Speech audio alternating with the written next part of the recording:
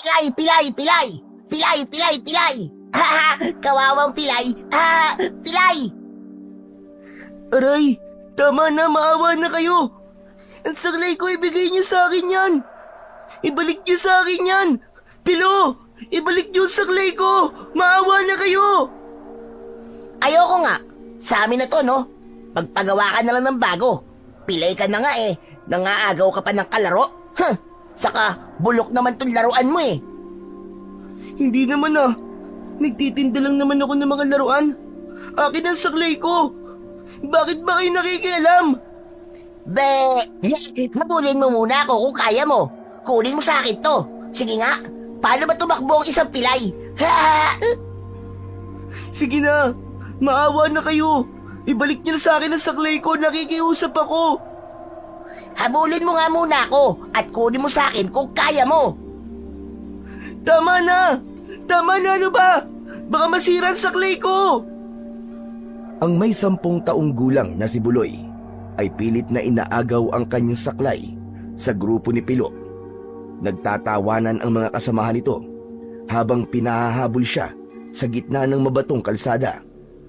Walang gustong umawat kahit nakikitang nakalugmok na siya sa lupa. Tinitiis niya ang sakit ng pagtama ng bato sa kanyang tuhod. Hindi rin niya ipinapakita ang mga luhang pumapatak sa kanyang mga mata. Ipinagdasal na lamang niya na sana ay umuwi ang kanyang ama at makita siyang pinagtutulungan na naman ng mga kasama ni Pilo. Pero kahit ang kanyang ama ay tutol sa paglalayas niya ng bahay, kaya siguradong imbis na paghihinuyo ay sermon pa ang aabuti niya sa kanyang ama. Tumakas lamang siya sa kanyang inang buntis para lang magtinda ng mga laruan na gawa sa kahoy. 7 taong gulang pa lang siya noon nang matuto siyang gumawa ng laruan. Hanggang sa kinahiligan na niya at ginawa na niyang hanap buhay para makatulong kahit papano sa kanyang mga magulang. Pakiramdam niya ay isa siyang walang silbing anak kung mananatili lamang siyang nakatambay sa kanilang bahay. Kahit ang kapalit ng kanyang pagsisikap na magkaroon ng sariling pera ay ang pangungutya naman ng kapwa niya bata. Katulad na lamang ngayon na bigla na naman siyang ginulo ng mga ito habang malapad ang ngiti sa mga labi ng mga ito na pinagtutulungan siyang paglaruan. Pinagpasapasahan ang kanyang saklay na alam naman ng mga ito na dito lang siya umaasa para makapaglakad at makatayo. Nakikiusap naman ako sa inyo. Ibigay niyo na sa akin ang saklay ko. Bakit ba kayo nanggugulo? Heto ba ang kailangan mo, ha? Umiyak ka muna, batang pilay. Bago ko ibigay sa ito. Ang tigas naman kasi ng ulo mo, no? Hindi ba sabi ko sa'yo, bawal kang magtinda sa teritoryo ko. Akin ang kalsadang to. Wala kang pag-aari sa baryong to, Pilo. Kaya huwag kang magmagaling. Kahit na kailan, hindi ako iiyak para sa'yo. Sino ka ba para katakutan ko? Hindi ako natatakot sa'yo, baka akala mo isa ka lang batang walang silbi at sakit ng ulo ng mga magulang. Aba, sumasagot ka. Gusto mong basagin ko yung pagbumukha mo sa suntok ko? Baka isang suntok ko lang sa'yo eh. Umiyak ka na dyan eh. Hindi ako iiyak sa'yo kasi wala naman akong ginagawang masama sa inyo eh. Bakit ba palagi na lamang niyo akong inaasar? Wala naman akong ginawang kasalanan sa inyo ah. Saka hindi ako natatakot sa suntok mo. Ako lang naman ang kaya niyo eh. Humanap kayo ng katapat niyo. Abat, talaga sinusubukan mo ako, no? Hindi mo na makukuha ang saklay na to kahit kailan. Manigas ka dyan. Imbis na ibigay sa kanya ang kanyang saklay, ay lumapit pa ito sa kanya habang nakangisi at waring nangungutya palalo. Hindi pa ito nasayahan at ang mismong saklay niya ang ginamit nitong panghampas sa kanyang panindang mga laruan. Humalat ang mga laruan sa lupa. Kinuha ang kanyang panindang trak-trakan na gawa sa kahoy. Sinipa-sipa din yun sa kalsada habang dinudurog ng paa. Parang pinipiga ang kanyang dibdib sa galit. Pero wala siyang magawa dahil hirap siyang tumayo nang wala ang saklay niya. Nanginginig ang kanyang kamay habang pilit na pinupulot ang mga nasira niyang laruan. Pero halos tinatamaan ang kanyang kamay ng paa ni Pilo. Tama na! Tama na sabi! Tama na! Ang sasama nyo! Wala kayong mga puso! Ay, iiyak na yan! Iiyak na yan! Iiyak na yan! Patuloy lang ang mga ito sa pagsira sa kanyang mga paninda. Ang hindi niya kinaya ay nang baliin na ni Pilo ang kanyang saklay. Narinig niya ang tunog ng pagkaputol ng kanyang saklay. Para siyang mababaliw sa galit dahil matagal niya nang ginagamit yun. Hindi na nga niya napigilan pa ang kanyang sarili nang dahil sa labis na galit. Dumampot na siya ng bato sa kanyang tabi at pinagbabato niya ang mga ito. Tinamaan si Pilo sa kilay at umagos ang dugo nito sa mga mata. Galit na galit si Pilo dahil sa ginawa ni Buloy.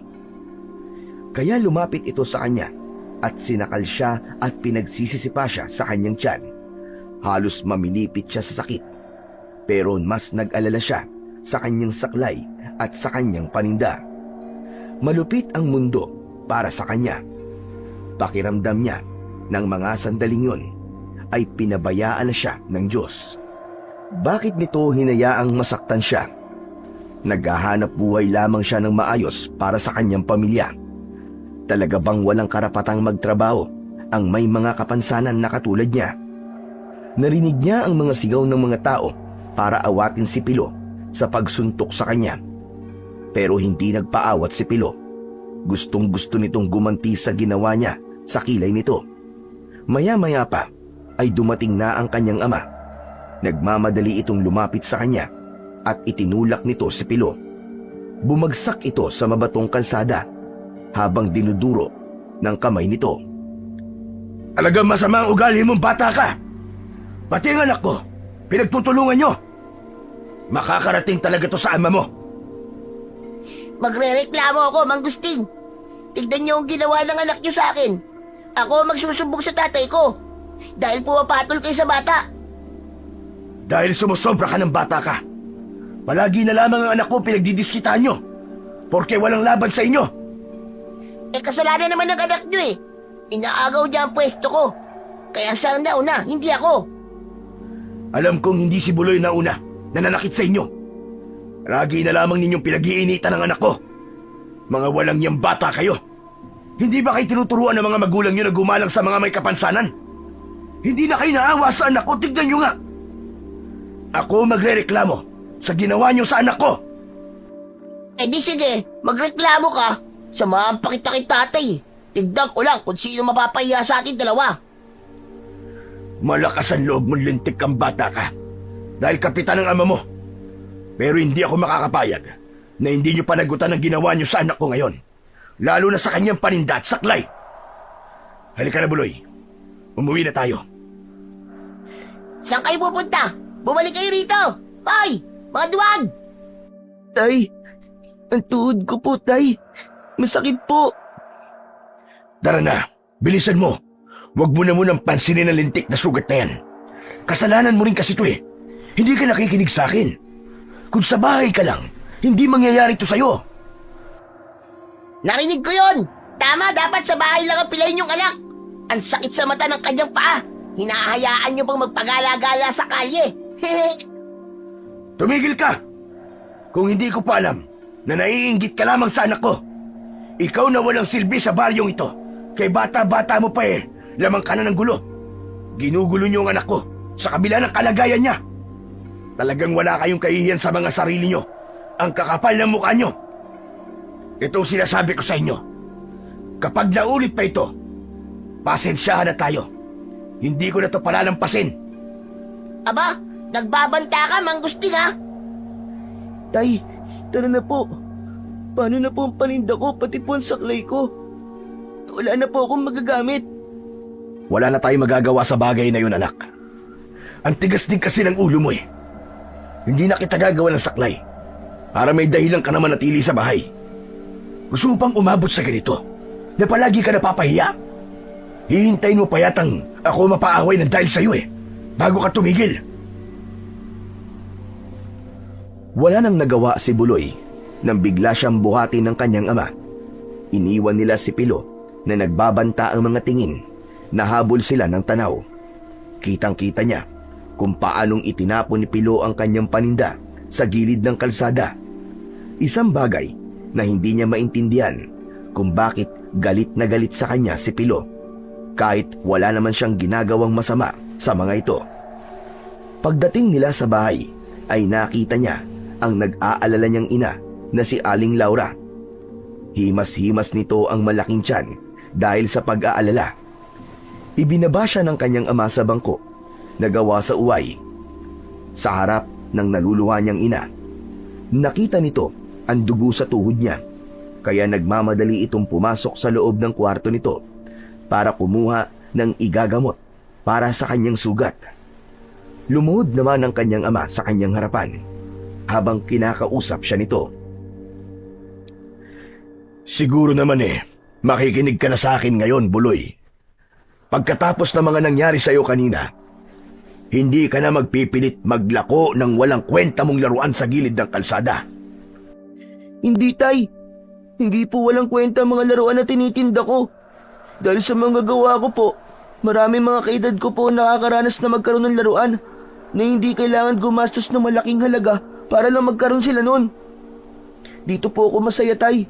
At kahit paano po nakakalimutan ko po ang lungkot sa nangyayari sa akin. Bakit hindi niyo ako maintindihan, Tay? Ayoko po maging pabigat sa inyo, Tay. Pakiramdam ko po kasalanan ko pa yata na maging ganito ako. Anak, kahit kailan, hindi ka naging pabigat. Bakit ka ba nag-iisip ng ganyan? Ginagawa ko lang ito para sa'yo. Dahil ayoko makitang nasasaktan ka. Masakit yun para sa amin, anak. Huwag po kayo magkunwari, Tay. Alam ko pong pabigat lamang po ako sa inyo ni Nanay. Ito lamang po ang magagawa ko para makatulong sa inyo Tapos po pinagbabawalan niyo pa ako. Ano na lang po ang pwede kong gawin, Tay? Hindi sila magiging dahilan ng pagtigil ko. Bakit po ba kailangan kong umiwas sa kanila? Dahil masakit sa amin ng mga magulang mo ang makita kang ginaganyan ng kapwa mo bata, anak. Para akong unti-unting pinapatay. Masakit yun, anak. Sana'y naiintindihan mo kung ano nararamdaman ko, namin ng nanay mo. Nakikiusap ako sa'yo, anak. Gawin mo na ang lahat. Basta, wag lang ang pagtitinda. Ano po ba ang mahalaga sa inyo, Tay? Ang nararamdaman po ba nyo? O ang nararamdaman ko? Hindi ko po kayo maintindihan Ang gusto ko po yung may ginagawa po ako para sa inyo. Yung may silbi po ko. Huwag nang matigas ang ulo mo, anak. Hindi ka na pupunta sa bayan. Hindi ka na rin maglalako ng mga laruan. Ayoko nang maulit ang ganito. Hindi ko alam kung ano ang magagawa ko sa mga batang yun, anak, kapag naulit pa sa'yo yan. Kung hindi ako dumating dun baka kung napano ka na Sila lang naman po ang problema, Tay. Paano po ang pangarap ko na makapaglaro ng mga laruan na nanggaling po sa sarili kong pinagpaguran? Hindi na nga po ako nakapag-aral Pati ba naman to? Mawawala pa sa akin? Anak, ako pa rin ang masusunod sa pamamahay na ito. Iniingatan lang kita. At wala ka na magagawa pa ron. Hindi ka na aalis ng bahay na to. Yun ang tama. Hindi na nagawang makipagtalo pa ni Buloy sa kanyang ama dahil umalis na ito sa kanyang harapan. Alam niyang umuwi lang ito mula sa pinagtatrabahong construction site para lang siguraduhin nasa bahay lang siya. Kaya lang, ay yun nga ang dadatnan nito, kaya mas lalo itong maghihigpit na sa kanya. Alam niyang hindi nagbibiro ang kanyang ama at wala siyang magagawa roon kapag nakapagdesisyon na ito. Hindi lang niya maiwasang hindi sumama ang kanyang loob dahil wala na siyang kailangang gawin. Nakuyom na lang niya ang kanyang kamao nang maalala ang ginawa sa kanya ng grupo nila Pilo. Napatanaw na lamang siya sa bintana ng kanilang balkonahe. Nang bumalik naman ang kanyang ina na may dala ng gamot para sa kanyang tuhod, ay hindi ito nagtanong tungkol sa mga nangyari sa kanya. Alam niyang naawa sa kanya si Aling Laura, pero maging ito ay ayaw din na lumalabas siya ng kanilang tahanan. Hanggang kinagabihan ay hindi dinalaw ng antok si Buloy. Nakatanaw lamang siya sa kanyang bintana habang panay ang tulo ng kanyang mga luha mula sa kanyang mga mata. Pinagmasdan niya ang kaliwa niyang paa na may diferensya. Maikli ang kanyang paa at ayon sa mga doktor na sumuri sa kanyang paa ay wala na talagang pag-asa na makalakad pa siya. Isa raw sakit yun na polio. Kahit papaano naman ay may isa pa siyang paa na natitira na ginagamit niyang pantapak sa lupa na nakaalalay sa kanyang saklay. Talaga po bang hanggang ganito na lamang ang buhay ko? Jesus? Bakit ako po? Bakit ako po ang kailangang maging ganito? Marami naman po masasamang bata dyan eh. O di kaya, yung mga halangang bituka na mas kailangang mapilay. Pero bakit ako po? Sana, hindi na lamang po ko'y sinilang sa mundo. Kung pahihirapan lang din naman niyo ako. Naramdaman ni Buloy ang pagtaas ng mga balahibo niya sa katawan nang sisihi niya ang Panginoon. Kaya naman, lihim niyang binawi ang kanyang mga sinabi. Narinig niya ang yabag ng paa ng kanyang ama papalapit sa kanyang kinaroroonan. Kaya nagmamadali siyang nagpunas ng kanyang mga luha. Hindi niya tinitignan ang kanyang ama dahil masama ang kanyang loob dito.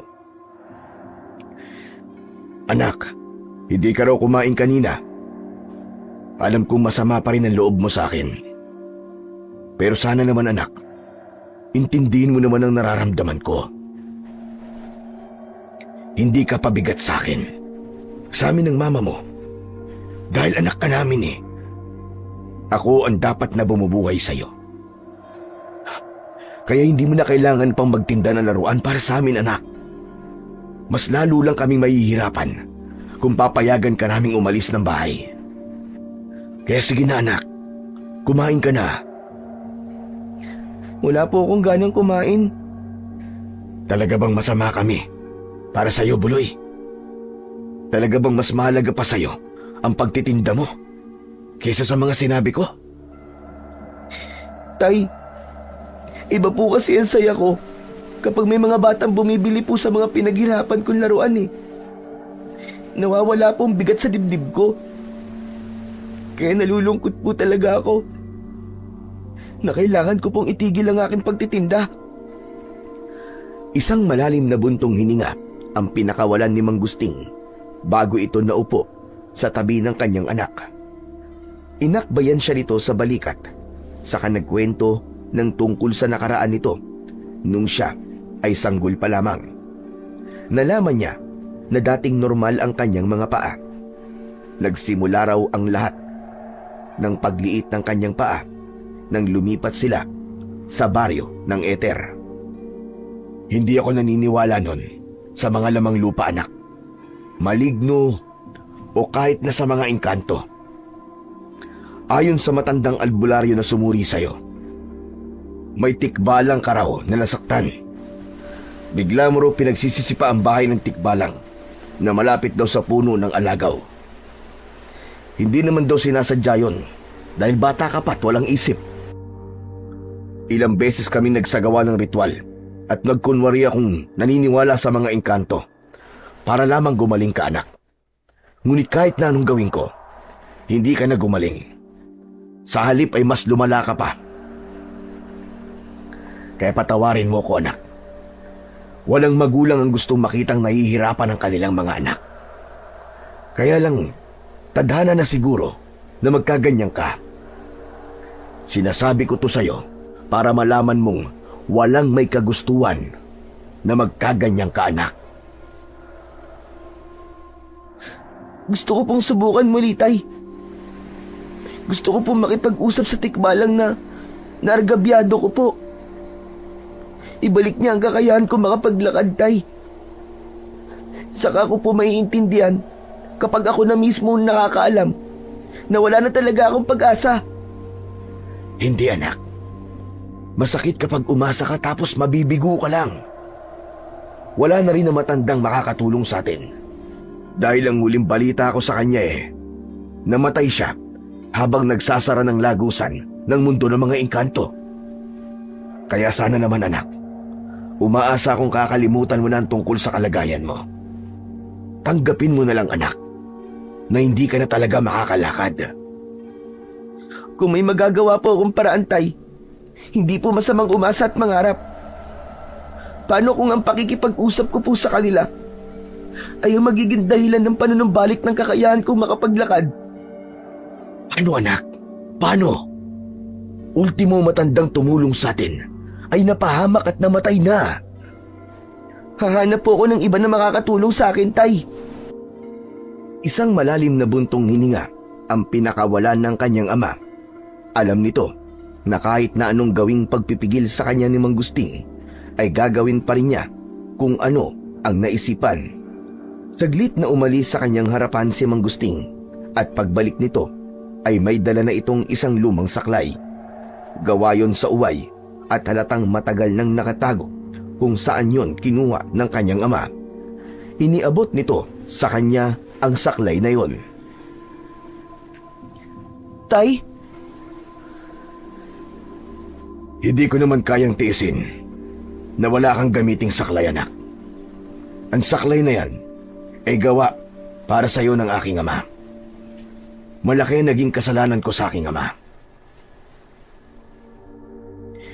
Dahil sinisi ko siya sa mga nangyari sa iyo. Sige na, gamitin mo na yan, anak. Isa lang naman ang pakiusap ko. Wag na wag kang lalayo sa bahay kapag gusto mong umalis o maglaro. Nag-aalala kong baka gantihan ka na naman ni Pilo at ng mga kasama niya. Napayakap ng mahigpit si Buloy sa kanyang ama dahil sa labis na tuwa. Sobra siyang nagpapasalamat na kahit ganun ang nangyari sa kanya, ay mahal na mahal siya ng kanyang ama at ina. Ramdam niya yon, napilit lang niyang binabaliwala. Pinagmasdan niya ang saklay bago sinubukang gamitin. Maya-maya pa, ay narinig niya ang mahihinang kaluskos sa likod ng kanilang bahay. Kasunod ang tunog ng ugik ng isang baboy na parang nagdudukal ng lupa. Alam niyang narinig din yon ng kanyang ama, kaya't nagkatinginan silang dalawa. Alam nilang may mga nilalang na nagtatago sa dilim, lalo pa at buntis ang kanyang ina. Mabilis na napaunat sa pagkakatayo si Mang Gusting. Dito ka lang, anak, ha? Titignan ko lang kung anong ingay na yon. At baka nakawala na naman sa kulungan ng baboy ng kapitbahay natin. Pero Tay, parang imposible naman po yata yun. Halos gabi-gabing nakakawala sa kulungan ng alaga nilang baboy, tapos dito kagad ang punta. Hindi yan ordinaryong baboy, Tay. Sa palagay ko po, aswang po yan. Huwag ka na lang maingay, anak. Basta dumito ka na lang muna. At baka natatakot ng nanay mo sa kabilang kwarto. Babalikan kagad kita rito. Kaya lang, hindi pa halos nakakalabas ng tuluyan sa kanyang silid ang kanyang ama nang makarinig na sila ng sunod-sunod na pagsigaw ni Aling Laura sa kabilang silid. Takot na takot ito, kaya maging siya ay napasunod sa kanyang ama. Nakita niyang kinuha ni Mang Gusting ang itak nitong nakasabit sa dingding bago nagmamadaling pumasok sa silid ng asawa. Halos manlaki ang mga mata nang makita nilang pigil-pigil ng kanyang ina ang ulo ng maliit na baboy ramo. Pilit itong lumalapit sa pagitan ng hita ni Aling Laura. Habang nakaupo na ito sa sahig at may sugat na sa hita. Sa kagustuang matanggal ng kanyang ina ang bibig ng baboy ramo na pilit inaabot ang tiyan nito, ay bumaon na ang kuko ng kanyang ina sa muka ng baboy ramo. Hindi na nag-aksaya pa ng oras si Mang Gusting. Kagad nitong tinagaan likod ng hayop gamit ang kanyang matalas na itak. Kahit bumulwak ang dugo sa likod ng hayop, ay patuloy pa rin ito sa pag-atake sa kanyang ina. Kaya ang ginawa ni Buloy, ang kanyang saklay ang ginamit niyang panghampas sa likod ng baboy ramo. Pinuntirya niya mismo ang sugat ng baboy ramo, kaya naman, nang maramdaman ito ang sakit, ay bumagsak ito sa saig. Sinamantala yon ng kanyang ama. Magkakasunod na pagtaga sa tiyan ng baboy ramo ang ginawa nito. Kumalat ang dugo sa saig hanggang sa malagutan ito ng hininga bago tumigil ang kanyang ama sa pagtaga. Ay, grabe! Kakaiba naman po ang baboy ramo na yan. Hindi niya po iniindan sugat niya sa likod. Parang wala po siyang nararamdaman. Pero napansin ko po, natakot po siya sa uway. Kanino po bang baboy ramo yan, Tay? Mukhang wala naman po nag-aalaga sa atin ng ganyang hayop. Tama ka, anak. Hindi yan isang basta baboy ramo lamang. Isa yang nilalang na nagtatago sa dilim. Isang aswang na gustong pumatay sa kapatid mo. Inalalayan na muna ni Mang Gusting ang asawa nito para tumayo. Umiiyak si Aling Laura dahil sa takot. Niyakap na lamang ito ng kanyang ama bago pinilit na iniiwas sa kanyang ina ang nakahandusay na baboy ramo sa saig na gawa sa kawayan. Akala ko ba may suot kang pangontra, mahal? Paano nakapasok ang baboy ramo na yan sa kwarto natin? Sumagot ang kanyang ina habang nanginginig ang boses. Sinabi nitong hindi raw baboy ramo ang nakita nito, kundi isang maliit na ibon na dumaan daw sa bintana. Kaya hindi raw nito naisipan na mag-aanyong baboy ramo ang ibon. Masyado raw mabilis ang mga pangyayari. Matapos yun, isinara na ni Mang Gusting ang bintana. Pagkatapos ay kumuha ito ng langis sa lumang aparador at hinaplasan nito ang tiyan ng asawa. Habang si Buloy naman ay nananatiling nakatingin sa wala ng buhay na baboy ramo sa saig. Nanlaki ang kanyang mga mata nang makita niya ang baboy ramo na nagbago ang anyo. Halos mapaupo siya sa tabi ng kanyang ina nang malantad sa kanyang paningin ang itsura ng nilalang. Tay! Tay, Tay! Tay, tingnan niyo po! Tingnan niyo po ang nangyari sa baboy ramo! Ang alin ba, anak? Bigla rin napatigil sa pagsasalita si Mang Gusting nang makita ang pagbabagong anyo ng baboy ramo sa kanilang harapan. Nagtaasan ang kanilang mga balahibo sa katawan nang makilala ang batang nagmamay-ari ng katawan ng baboy ramo. Hindi siya maaaring magkamali. Ito ang batang kasama ni Pilo habang binubuli siya. Namumutla ang labi ng kanyang ama nang tumingin siya rito. Tay! Tay, tao po napatay natin! Hindi siya hayop! Ano pong gagawin natin, Tay? Sandali, huwag ka mataranta, anak. Ayaw gumana ng isip ko. Diyos ko, hindi ko alam na tao pala ang ganyang mga nilalang. Tay, makukulong po tayo nito kapag nalaman po nila na napatay po natin ang kaibigan ni Pilo. Walang maniniwala po sa atin na aswang ang napatay natin. Hindi, anak. Hindi nila malalaman. Alam ko kung anong nilalang ang napatay natin. Wala tayong kasalanan. Magsasalita pa sana si Mang Gusting nang biglang may narinig na naman silang kaluskos sa kanilang likod bahay. Nagkatinginan silang dalawa at binalot na ng takot ang kanilang mga sarili dahil alam nilang sinasalakay na sila ng mga nilalang na kaanak ng batang napatay nila. Tulungan mo ako, Buloy. Ibalot natin sa kumot ang katawan ng batang ito. At kahit anong mangyari, walang makakaalam nito hanggat hindi natin napapaniwala ang mga tao na totoong may aswang sa baryong ito. Diyos ko, ano ba itong nangyayari? Alam ng Diyos na hindi ko kayang pumatay ng tao. Si Aling Laura ang kumuha ng kulay pulang kumot. Pinagtulungan nilang buhatin ang katawan ng batang lalaki. Pero nagulat sila nang bigla itong nagbalik sa dating anyo bilang isang baboy ramo. Saktong pagpasok ng malaking baboy ramo sa loob ng kanilang bahay, nakita nito ang patay na katawan ng maliit na baboy ramo. Mabilis itong sumugod sa kanila habang panay ang ugik na parang galit na galit. Ngunit mabilis ang kanyang ama. Nasalubong nito ng pagpalo ng itak sa muka ang malaking baboy ramo. Bumagsak ang hayop pasadsad sa sahig. Maya-maya pa ay meron pang isang baboy ramo ang nagpupumilit na pumasok sa likod ng kanilang bahay. Sa dingding ng kanilang kusina, sinira nito ang dingding. Parang isang pamilya ng baboy ramo ang nagpupumilit na umatake sa kanila at pinupuntirya ang kanyang ina. Kahit masakit ang kanyang paa, mahigpit niyang hinawakan ang kanyang saklay. Magagamit niya yon para protektahan ang kanyang ina.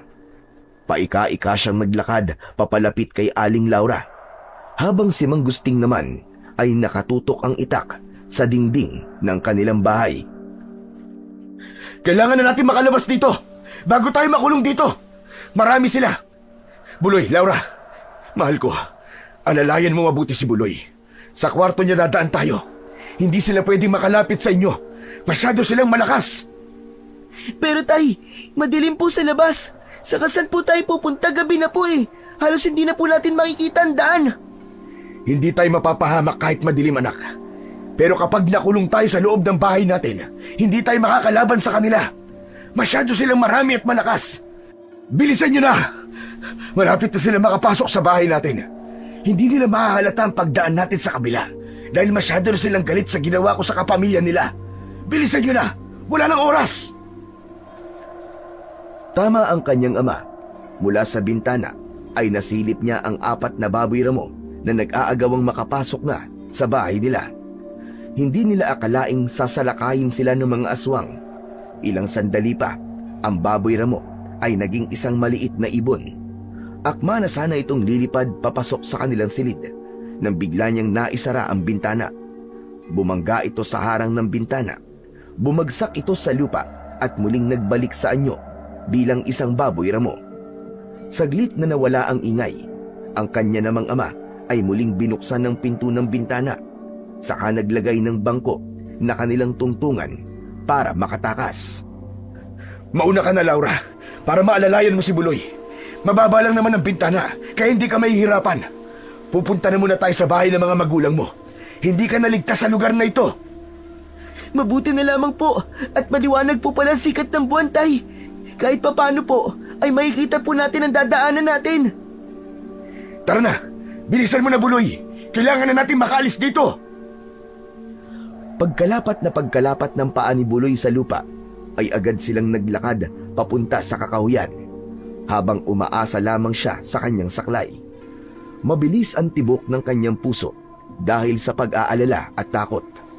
Si Aling Laura naman at Mang Gusting ay magkaalalay na panay ang lingon sa paligid. Ganon din sa bahay na kanilang iniwan. Hindi napapansin ng mga baboy ramo na wala na sila sa loob ng kanilang tahanan. Pilit siyang nakikipagsabayan sa malalaking hakbang ng mga paa ng kanyang mga magulang, makalayo lang sa lugar na yon. Hindi nga nagtagal ay narinig nilang nakapasok na ang mga baboy ramo sa kanilang tahanan, kaya mas lalo nilang nilakihan ang hakbang ng kanilang mga paa. Dahil sa kanilang pagmamadali, hindi sinasadyang nadapa si Buloy sa daan dahil sa nakausling kahoy sa lupa. Hindi napapansin ng kanyang mga magulang na naiwan na siya. Nagmamadali ang mga ito na makaalis sa lugar na yon dahil nanakit na ang tiyan ng kanyang ina. Nahawakan ni Buloy ang kanyang tuhod at hindi kagad nakapagsalita para humingi ng tulong sa kanyang mga magulang. Tay! Tulong! Tay, nandito po ako! Habang nakadapa siya sa masukal na daan, ay pilit niyang inaaninaw ang likod ng kanyang mga magulang na diretso lamang sa paglalakad. Sumigaw siya ng malakas, pero dahil siguro sa takot ng mga ito, ay tuloy-tuloy lang ang ginagawa ng mga ito na paghakbang at tuluyan na nga siyang naiwan sa daanan. Nay! Tay! Nandito po ako! Nadapa ako! Halos maluwa na si Buloy nang biglang tumahimik ang kanyang paligid. Biglang umihip ang malamig na simoy ng hangin. Nagtaasan ang mga balahibo niya sa kanyang katawan. Panay ang kanyang paglinga sa paligid. Sinubukan niyang tumayo, na halos mapaigik siya sa sobrang sakit ng kanyang tuhod. Nakita niya ang sugat sa kanyang tuhod na nakuha pa niya kanina. Kaya siguro nadapa siya dahil namumula na yon at namamaga. Pangiwi-ngiwi ang kanyang muka na pilit inaaninaw ang daan na nilakaran ng kanyang mga magulang. Nagsimula na siyang maglakad pasunod sa kanyang ama at ina. Pero hahakbang na lamang siya nang biglang binangga siya sa kanyang tiyan ng isang malaking baboy ramo. Bumagsak siya pasadsad sa lupa. Tumalsik ng malayo sa kanya ang kanyang saklay, kaya binalot ng takot ang kanyang dibdib. Tulong! Tulungan niyo ako! Tay! Nay! Nandito po ako! Tulungan niyo ako! Huwag kang lalapit sa akin! Halimaw ka! Lumayo ka sa akin! Lumayo ka! Dumakot siya ng dahon at pilit niyang binabato sa baboy ramo na dahan-dahang humakbang papalapit sa kanya. Habang tumutulo ang malapot nitong laway na may kasama pandugo. Mapupula ang mga nanlilisik na mata habang nakangising nakalabas ang malalagari nitong mga ngipin. Panay rin ang ugik nito na masakit sa tenga habang ikinakaskas ang unahang paa nito sa lupa. Kitang-kita niya ang kulay itim na mga kuko ng baboy ramo. Tulungan niyo po ako! Tulungan niyo ako! Baka may nakakarinig sa akin! Tulungan niyo po ako! Gumapang siya sa lupa, papalayo sa nilalang na panay pa rin ang pag-angil habang lumalapit sa kanya. Hanggang sa bigla niyang naramdaman ang pagbaon ng pangil ng baboy ramo sa kanyang binti. Isang ubod lakas na pagsigaw ang kanyang ginawa, kasabay ng pag-iyak na parang yun na ang kanyang katapusan. Pero pinilit niyang abutin ang kanyang saklay. Nang mahawakan na niya ang kanyang saklay, malakas niya yung ipinalo sa mukha ng baboy ramo na nakasubsob pa rin sa kanyang binti. Paulit-ulit niya yung pinalo ng malakas hanggang sa makabitaw ito sa pagkakakagat sa kanyang binti. Nang makakita siya ng pagkakataon, ay pilit siyang tumayo para makalayo sa lugar na yon. Pero natigilan siya nang makita niya ang isang baboy ramo na nakatayo sa unahan ng kanyang daan, kasama ang iba pang maliliit na baboy ramo. Alam na niyang kapag ganun lamang ang laki ng baboy ramo, ay isang bata yon na aswang. Sabay-sabay na napasugod sa kanyang kinatatayuan ang mga baboy ramo.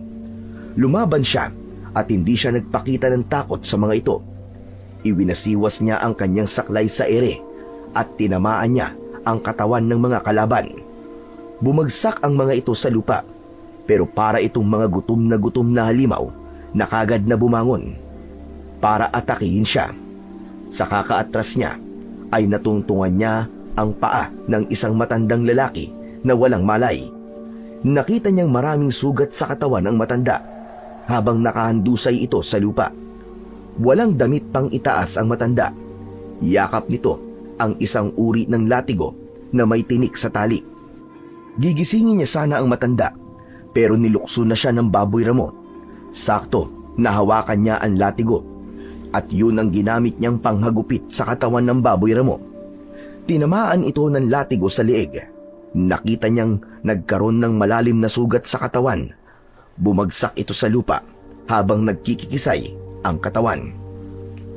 Sige! Kala mo lumapit kayo ngayon! Hindi ko kayo uurungan, mga walang iya kayo, mga aswang kayo! Pati ako gusto niyong lapain! Sige! Lumapit kayo! Kung ayaw niyo magkapira-pira sa mga katawan niyo! Napaatras sa paghakbang ang mga nilalang na umatake sa kanya. Takot na takot ang mga ito sa hawak niyang latigo. Maya-maya pa ay kumaripas ang mga ito sa pagtakbo. Saka lang naramdaman ni Buloy ang panghihina at pananakit ng kanyang tuhod. Napaupo siya sa lupa sa tabi ng matandang lalaki na nakahandusay pa rin at wala pa ring malay. Sariwa ang dugo na lumalabas sa noo nito. Kaya lang, mahirap para sa kanya ang alalayan nito dahil sa kalagayan niya. Akma na sanang gigisingin niya ito nang bigla itong gumalaw at umungol. Lolo! Lolo! Gising! Bumangon po kayo, Lolo! Ligtas na po kayo! Lolo, sige na po! Bumangon na po kayo! Hindi ko po kayo kayang alalayan, Lo! Kailangan po nating umalis sa lugar na to! Gising na po! Nang makita niya na hindi nito kayang kumilos, ay naghanap siya ng mahihingan ng tulong. Kahit ang kanyang mga magulang ay hindi pa rin bumabalik. Talagang hindi nito napansin na hindi na siya kasama ng mga ito. Maya-maya pa ay bumangon ang matandang lalaki. Sapu-sapu nito ang noo na may sugat, saka nagtatakang napatingin sa kanya. Anong ginagawa mo rito? Makakaalis ka na. Sige na. Hindi mo ba alam na maraming naglalabas ang mga aswang ngayon dahil sa pula ang buwan? Kaya nga po ako nandito, Lolo eh.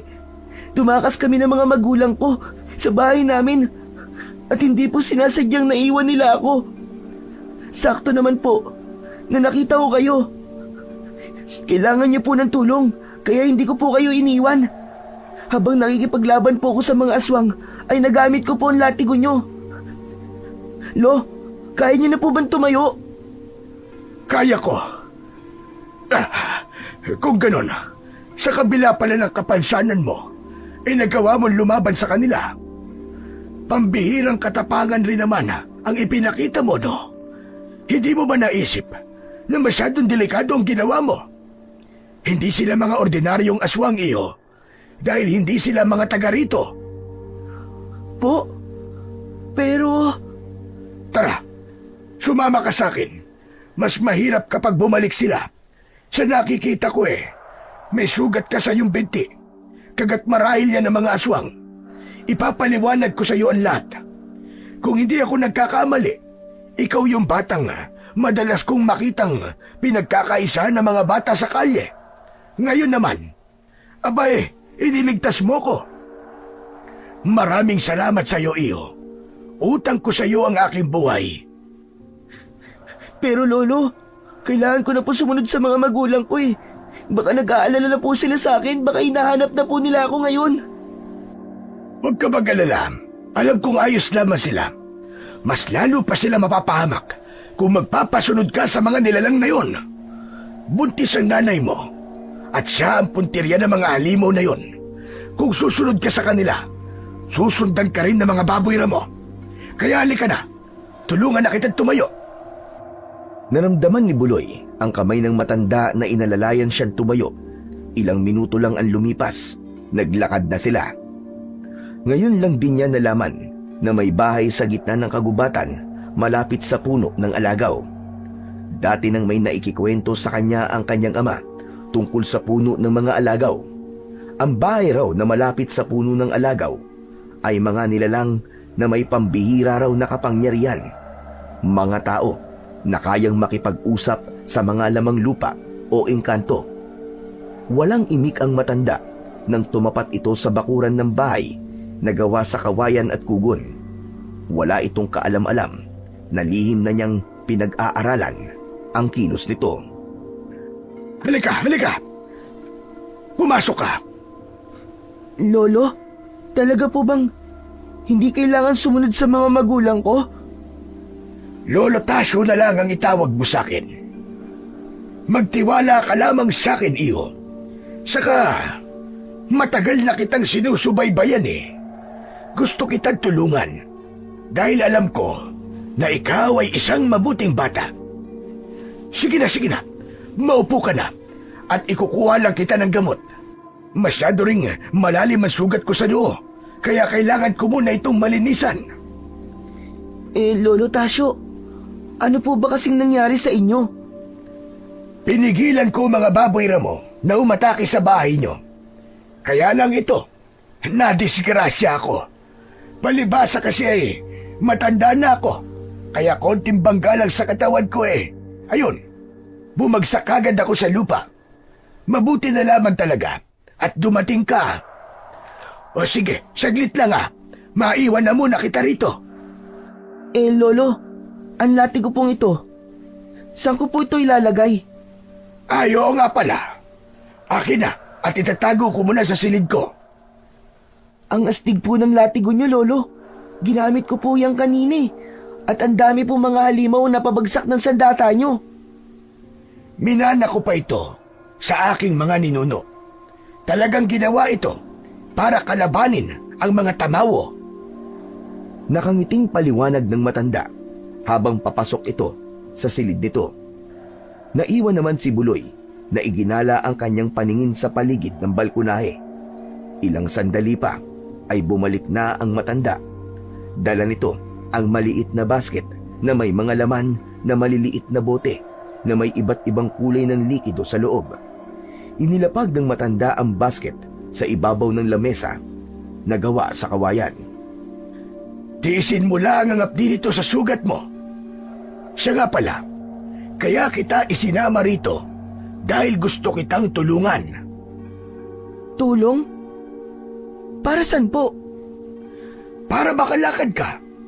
Nakita ko ang paghihirap mo kahapon. Sa nakikita ko ay karapat-dapat ka para sa tulong na ituturo ko sa iyo. Pero ikaw pa rin ang gagawa ng paraan para makuha ang sapatos ng tikbalang. Lolo, huwag niyo na pong patagalin kung ano man po yun. Kung makakatulong po yan para makalakad po ko, gagawin ko po ang lahat para matupad po yun. Sige na po, Lolo, gawin na po natin. Teka!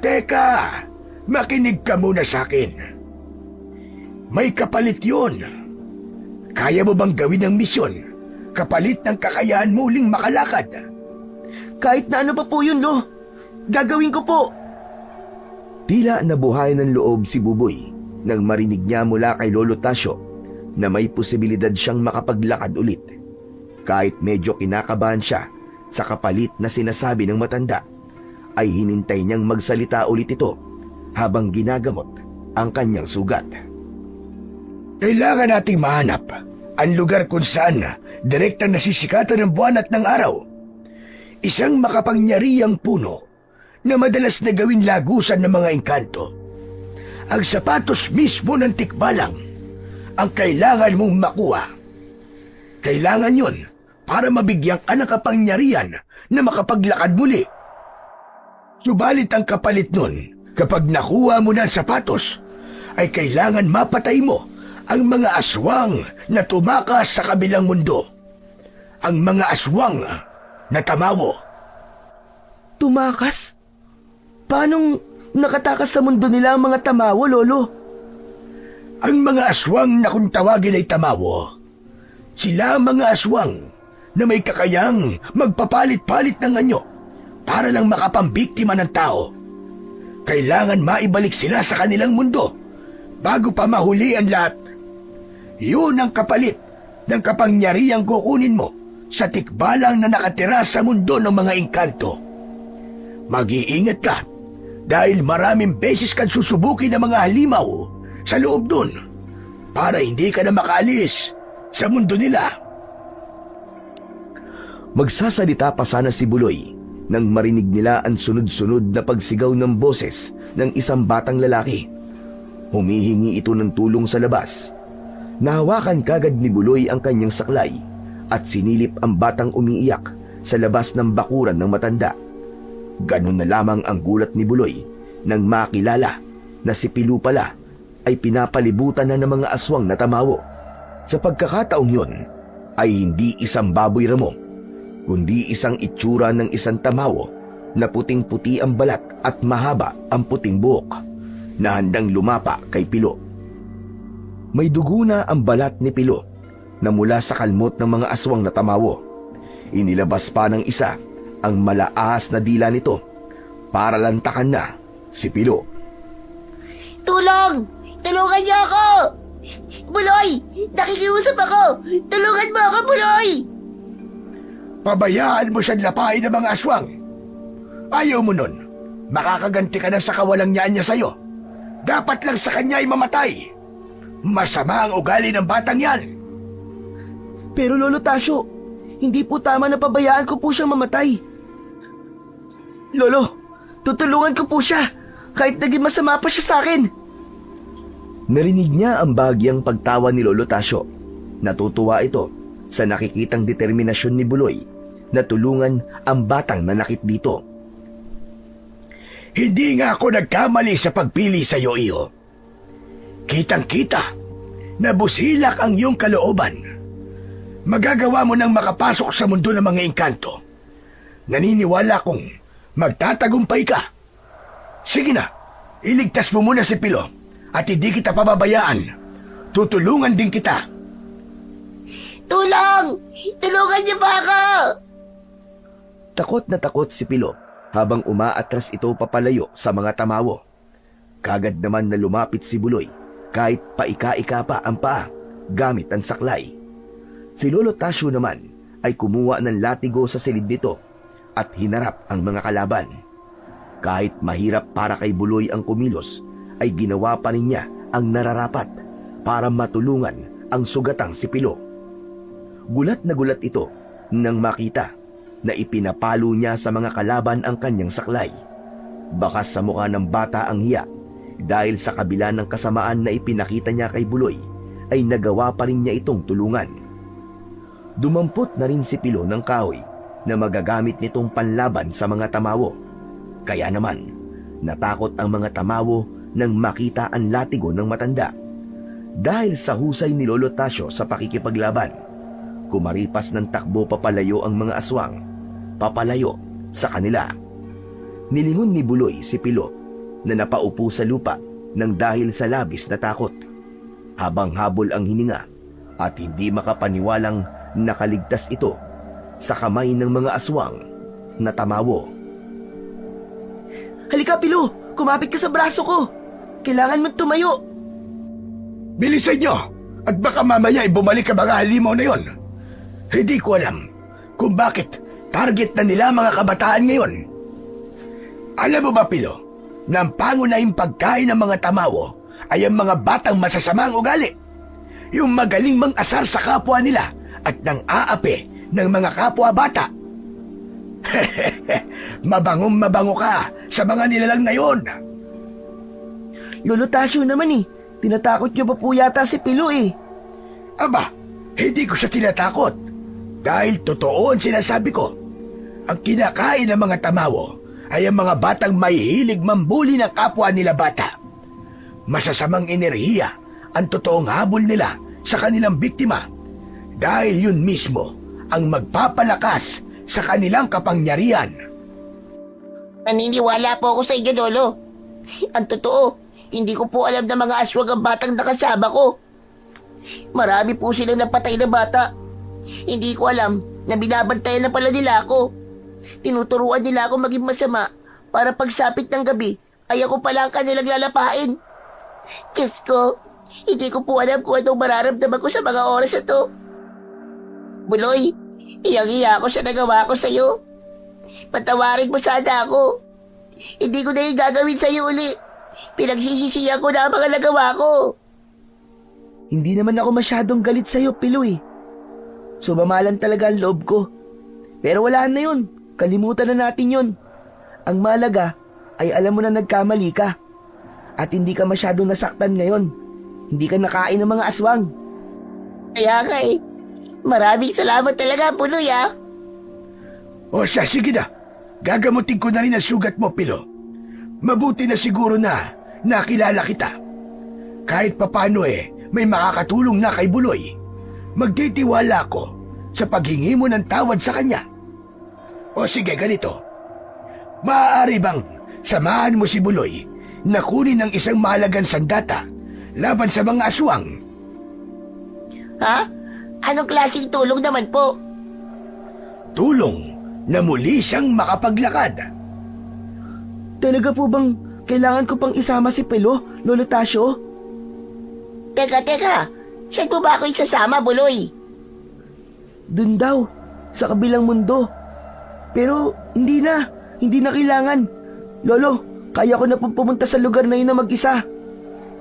Teka. Ano ba pinagsasasabi niyong kabilang mundo? Hindi ko kayo maintindihan eh.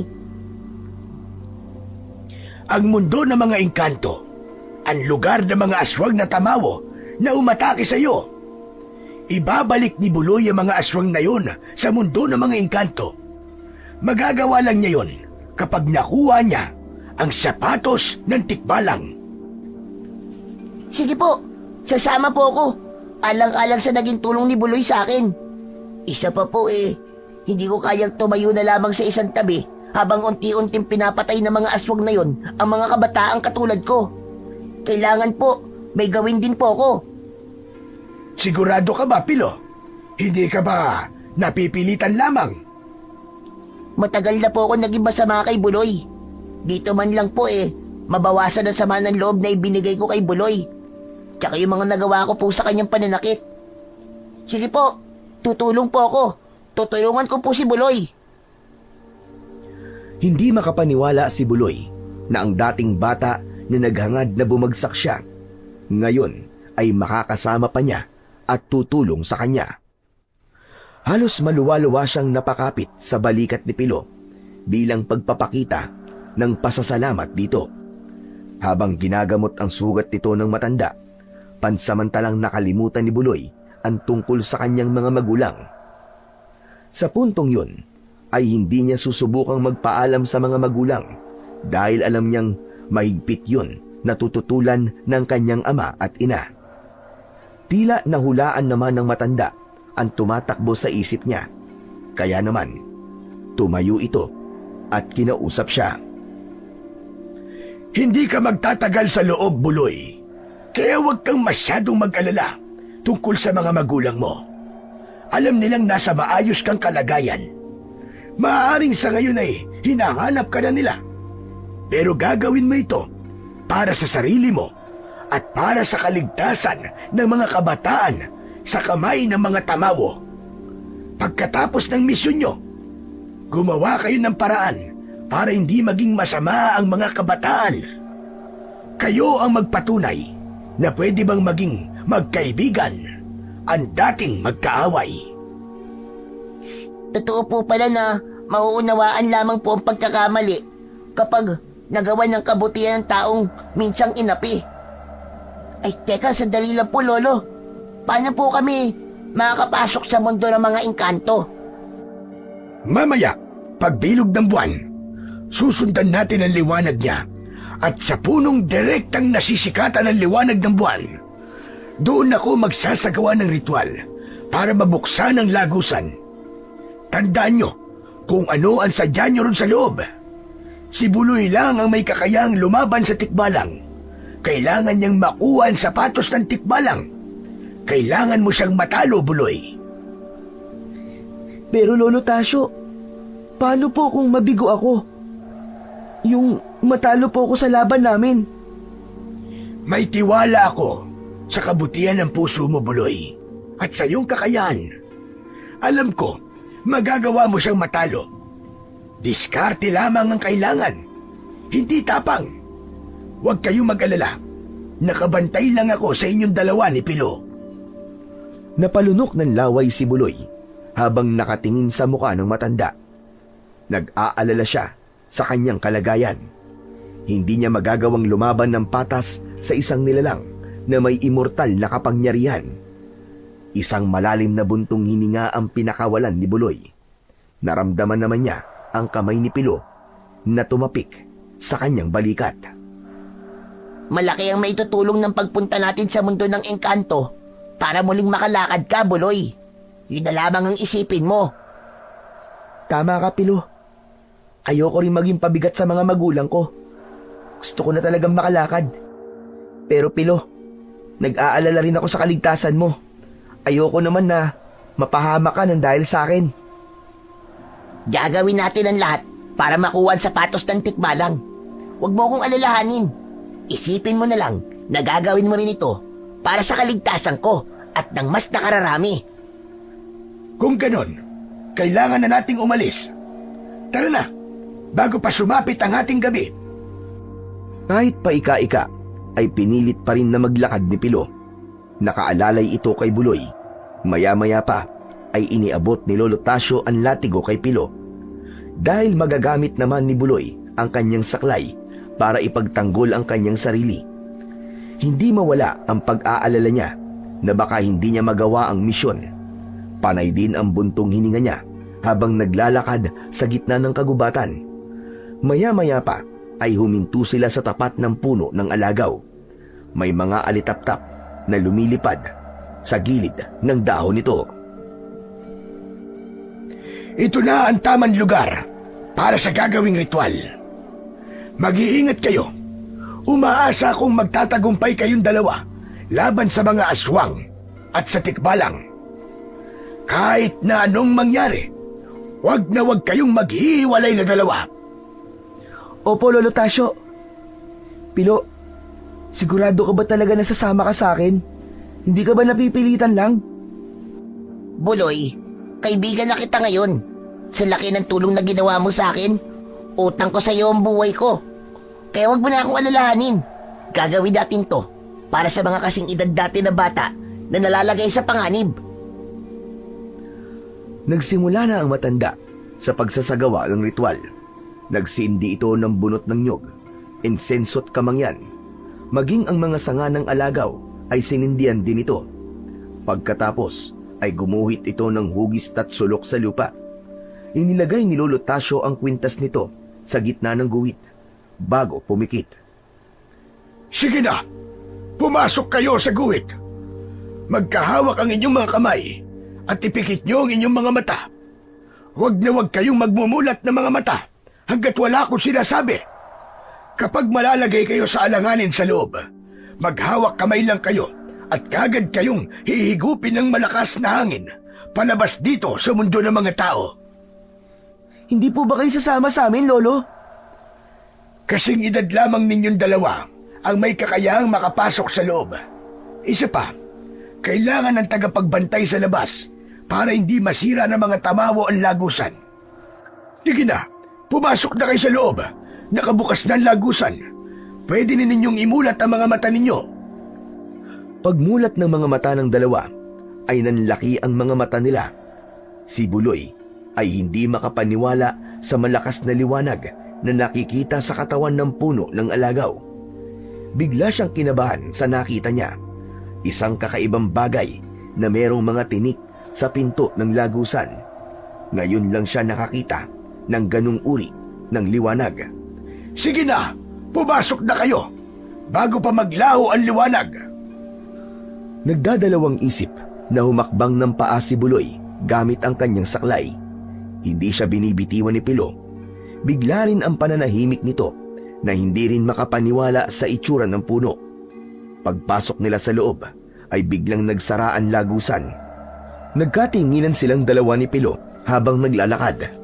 Iginala nila ang kanilang paningin sa paligid ng lugar. Tahimik at may mga hamog pa sa mga damo. Ang mga puno ay sagana sa kakaibang mga prutas. Libo-libo ang mga paru-paro na lumilipad at umiikot sa kanilang dalawa. Habang ang malalaking mga rosas ay halos tumaklob na sa daan. Ang kakaibang usa na nakikita nila ay nagtatago sa puno at lumalayo sa kanila. Sa ilog naman ay banayad ang agos at kitang-kita ang makikintab na iba't ibang kulay ng bato.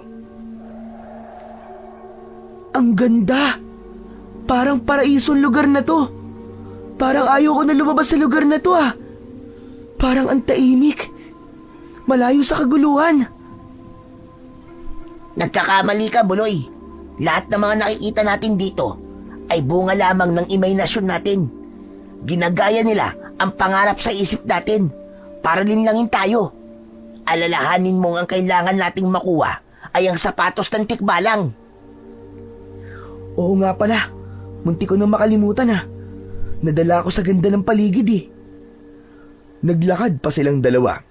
Muli nilang iginala ang kanilang paningin at nagulat sila nang makita ang isang nilalang na kanina pang nakatayo sa unahan ng kanilang daan. Isang kalahating kabayo at kalahating tao na may hinahaplos-saplos na pana sa mga kamay. Ang kulay berde nitong balat ay sapat na para makilala nila ang nilalang na nasa kanilang harapan. Matapang at mabangis ang anyo nito, habang ang tenga ay mataas pa sa ulo nito, habang ang mahaba naman nitong mga pangil ay nakadagdag sa nakakatakot nitong itsura, lalo na nang bigla itong magsalita mula sa malagom nitong boses. Mabangas! Bakit kayo pumasok sa mundo ko nang walang paalam? Ano ang kailangan nyo rito? Pasensya na po kayo, Mamang Tikbalang. Kailangan po namin ng tulong niyo eh. Tulong? Wala akong tinutulungan, lalo na kapag tungkol sa mga tao. Nalaman po kasi namin na kailangan din niyo po ng tulong para maibalik po ang mga aswang na tumakas po sa mundo niyo. Ang mga tamawo po, nanggugulo po sila sa mundo namin. Wala akong pakialam sa mga tamawa. Kusa silang babalik sa lugar namin kapag busog na sila. Ayoko ng kaguluhan.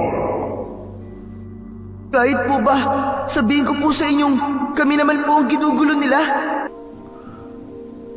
Problema niyo na yun. Hindi ako nakikialam sa buhay ng mga tao. Hindi! Problema niyong malaki yun, Mamang Tikbalang. Dahil sa mundo niyo nagsimula ang mga tamawo, dito sila nanggaling.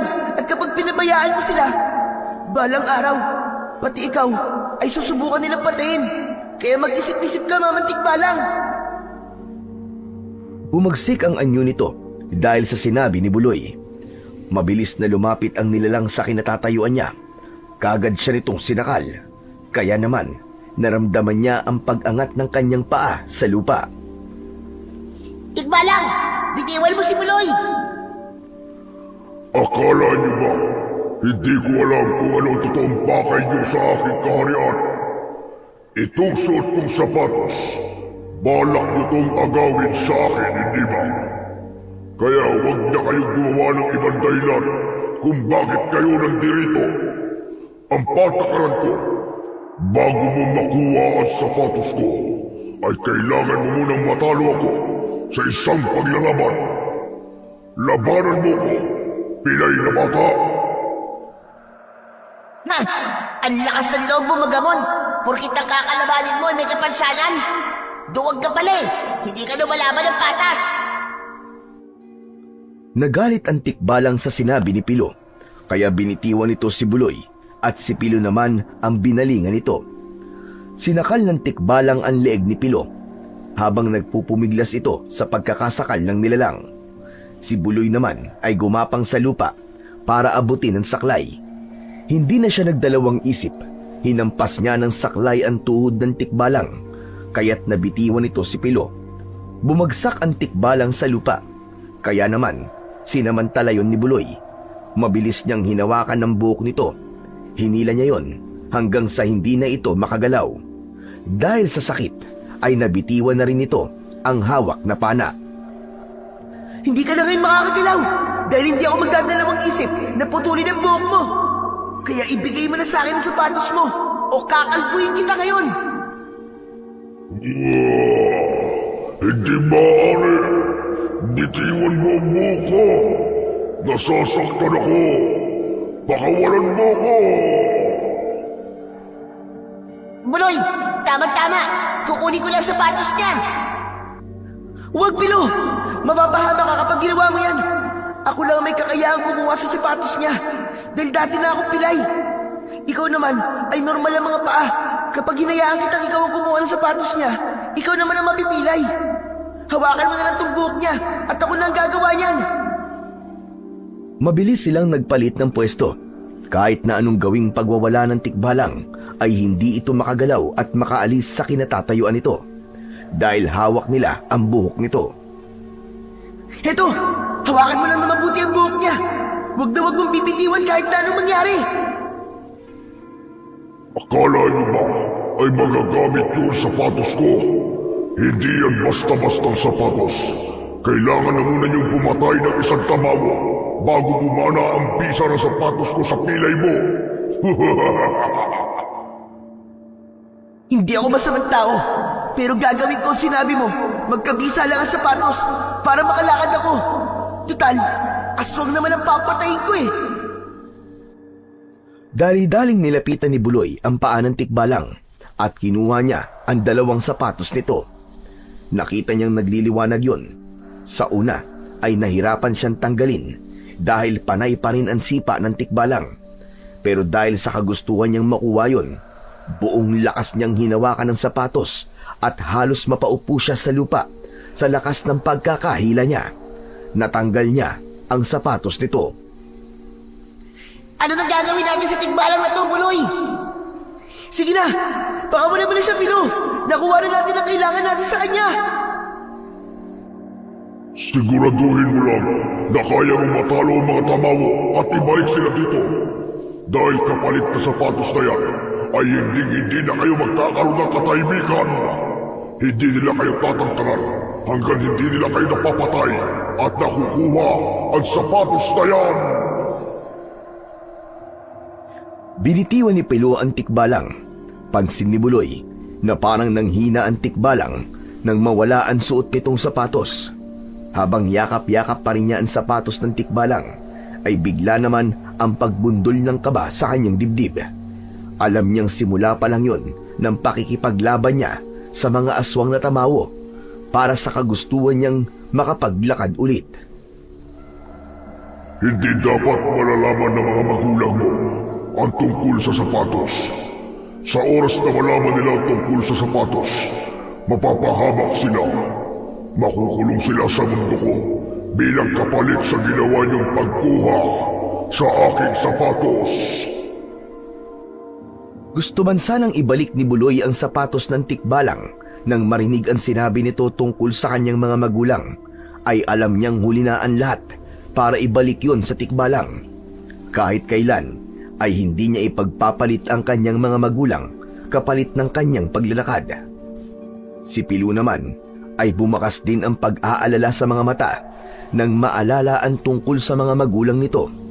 Ay wala na ring nagawa kundi ang lumapit na lamang sa kinatatayuan ni Buloy. Sige na, mga pangahas na bata. Makakaalis na kayo.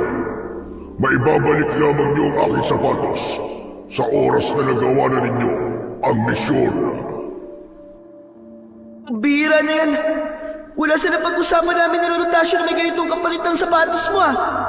Hindi ko na sana pinakailaman to. Isa pa, akala ko ba wala kang pakialam sa ginagawa ng mga tamawo. Sinabi ko lang yun para subukan ka. Lahat ay may kapalit. Hindi pwedeng wala. Sige na, makakaalis na kayo. Dahil limitado lang ang oras ng pagbubukas ng aming lagusan. Narinig nilang dalawa ang pagbukas ng lagusan. Hinigop sila ng malakas na hangin palabas ng puno. Nakita nilang nakatayo ang matandang si Lolo Tasyo habang hinihintay sila. Masama ang loob niya sa matanda dahil hindi nito maayos na ipiniliwanag ang tungkol sa kapalit ng sapatos ng tikbalang. Lolo Tasyo, bakit niyo kami niloko? Sinabi ng tikbalang na kapag nalaman daw ito ng mga magulang ko, sila magiging kapalit nito sapatos. Bakit? Malalaman ba nila? Kaya nga gawin mo ang lahat para hindi nila malaman. Kasama ka, Pilo, sa misyon. Kung ayaw mo makulong ang mga magulang nyo sa mundo ng engkanto, gawin nyo ang lahat para protektahan ito. Wala nang ibang paraan. Kailangan nating sumugal para sa kaligtasan ng mas nakararami. Hindi pa raw po ito magkakaroon ng bisa kapag wala pa ako napapatay na tamawo. Dahil yun ang kapalit na pagsubok na kailangan mong malagpasan bago ka magkaroon ng kapangyarihan. Maswerte ka. Sa dami ng mga batang sumubok kumuha sa sapatos ng tikbalang, ikaw lamang ang nagtagumpay na tumalo sa kanya. Hindi ako nagsisisi na sumama sa mission mo, Buloy. Gusto ko rin makatulong. Tara na, kailangan mo munang maitago ang sapatos na yan. Alam kong hinahanap na kayo ng mga magulang nyo. Lalong-lalo ka na, Buloy. Sinamantala ko lang ang pagkakataon na nawalay ka sa mga magulang mo para maisagawa ang misyon ko. Ang hanapin ang batang makakakuha sa sapatos ng tikbalang. Pero, bakit po ako, Lolo Tasyo? Dahil ikaw ang batang biktima ng mga tikbalang kung bakit ka napilay at sila rin ang may gawa niyan sa'yo. Nararapat lang na sila ang maging dahilan para muli kang makalakad. Misteryoso pa rin para kay Buloy ang pagkatao ng matanda at kung bakit siya nito tinutulungan. Maya-maya pa ay nagsimula na silang maglakad sa tulong ng kanyang saklay. Itinago niya sa ilalim ng kanyang damit ang sapatos ng tikbalang, habang si Pilo naman ay nakaalalay lamang sa kanya. Pagdating nila sa gitnang kagubatan ay nagulat sila nang bigla silang harangan ng mga asong gubat kasama ang mga tamawo. Nakangisi ang mga ito habang tumutulo ang malalapot nitong mga laway. Nakadipa ang braso nito na handang umatake sa kanila. Inihagupit ni Pilo ang hawak nitong latigo sa lupa. Imbis na umatras ang mga kalaban, ay mas lalo pang sumama ang tingin ng mga ito sa dalang sapatos ni Buloy. Ang dala mong sapatos, Buloy! Kapitan mo mabuti! Huwag mong hahayaang mabawi nila ang bagay na yan. Dahil kung hindi, habang buhay ka nang hindi makakalakad at hindi ka na magkakaroon ng pagkakataong bumalik pa sa mundo ng mga engkanto. Mahigpit na niyakap ni Buloy ang sapatos ng tikbalang. Kaya lang, mabilis din ang paglukso ng asong gubat sa kanyang kinaroroonan. Nakagat siya sa kanyang braso, pero naiwaksi niya ito, kaya naman bumagsak ito sa lupa. Kinuha niya ang kanyang saklay, pagkatapos ay iwinasiwas niya yon sa hangin, habang umaasa siya sa nag-iisa niyang paa na nakatayo sa lupa. Pinaikutan sila ng mga aswang, habang masama ang tingin sa kanyang kamay. Umaagos ang dugo sa kanyang braso, nang muling lumukso ang tamawo para sana ay kagatin siya. Kaya lang, naging maagap ang kanyang pagpalo ng saklay sa mukha nito. Bumagsak sa lupa pasadsad ang tamawo at yun ang sinamantala niya. Niluhuran niya ang halimaw sa tiyan nito bago paulit-ulit niyang pinalo ang kanyang saklay sa mukha nito. Hindi niya ito tinigilan hanggat humihinga ito. Tama na, Buloy! Tama na! Wasak na ang mukha niya, no? Patay na yan! Nakapatay ka na ng tamawo. Pagkakataon mo na ito para subukan suotin ang sapatos ng tikbalang. Pinagmasdan na muna ni Buloy ng mabuti ang sapatos bago niya isinuot yun sa kanyang paa. Nagulat siya nang bigla siyang lumutang sa hangin, habang ang kanyang sapatos ay nagkaroon ng kulay dilaw na liwanag. Inikot-ikot siya sa ere at natakot ang mga asong gubat sa nangyayari kay Buloy. Kumaripas ang mga ito ng takbo habang nakabahag ang buntot. Takot na takot ang mga ito sa bumalot na liwanag sa kanyang paa. Maya-maya pa ay dahan-dahan siyang lumapat sa lupa. Nakatayo na siya ng tuwid. Kaya na niyang maglakad nang hindi gumagamit ng saklay. Halos maiyak siya sa nangyari sa kanya ng mga sandaling yun. Lolo Tasyo! Pilo! Nakatayo na po ako! Kaya ko na po maglakad nang hindi po gumagamit ng saklay! Ang astig! Kaya ko na rin po tumakbo! Aba, totoo nga. Para kang kidlat sa bilis mong tumakbo. Saka parang ang lakas-lakas ng katawan mo.